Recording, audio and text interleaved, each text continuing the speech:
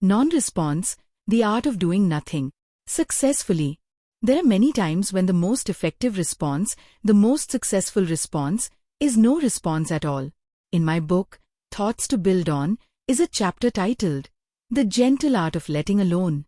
Among other things, that chapter states that, in most cases, all avoidable, we initiate our own troubles by two actions. 1. Unnecessary involvement or, much worse, over-involvement, and 2. Unnecessary reaction or, much worse, overreaction. And then the chapter proceeds to teach the gentle art of letting alone. It is an art well worth your learning.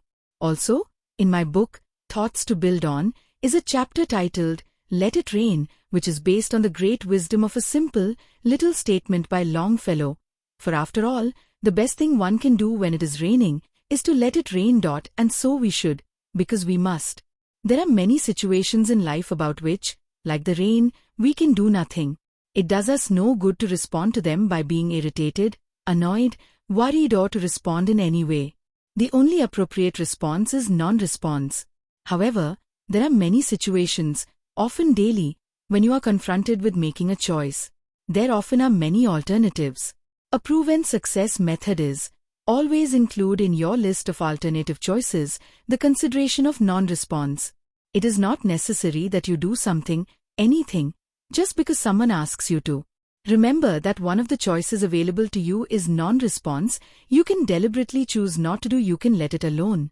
Just last night, I heard a speech by a leading psychiatrist who said that one of the principal problems of his emotionally upset patients is their feeling that they must do certain things, that they are required to do things because someone, almost anyone, expects them to.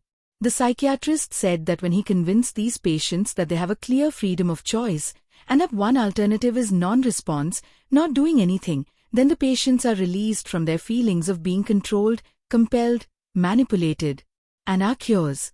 This confirms what I have written in my other books and the point I want to emphasize in this chapter. You must not develop a puppet complex. You must be constantly aware of your alternative of non-response.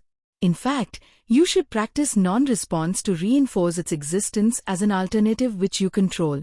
Practice what psychiatrists recommend as, let the telephone ring. Rushing to answer a ringing telephone is an established behavioral pattern of almost everybody. So establish firmly in your own mind that whether or not you will answer your ringing telephone is a matter of your own choosing, that you do not have to answer it.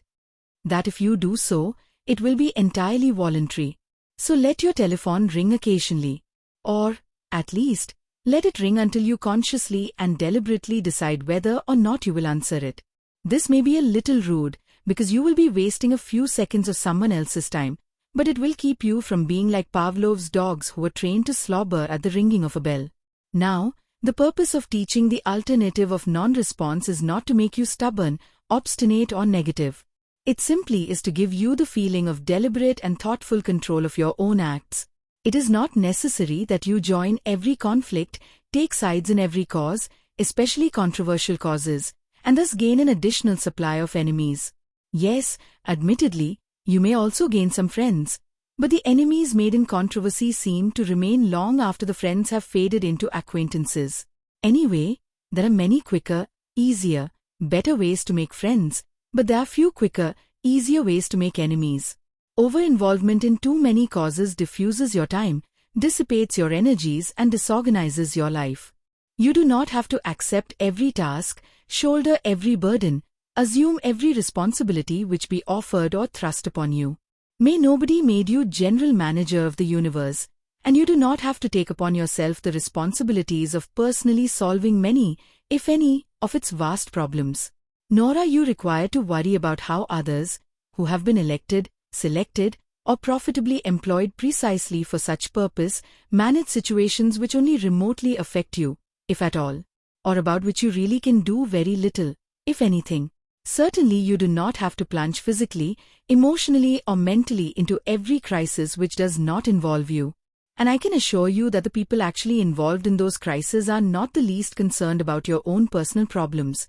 Of course, as a citizen of the world, you should keep informed and be interested. Beyond that point of citizen interest, you should be consciously aware of the various kinds of response available for further involvement. And not the least of these is non-response, the art of doing nothing successfully.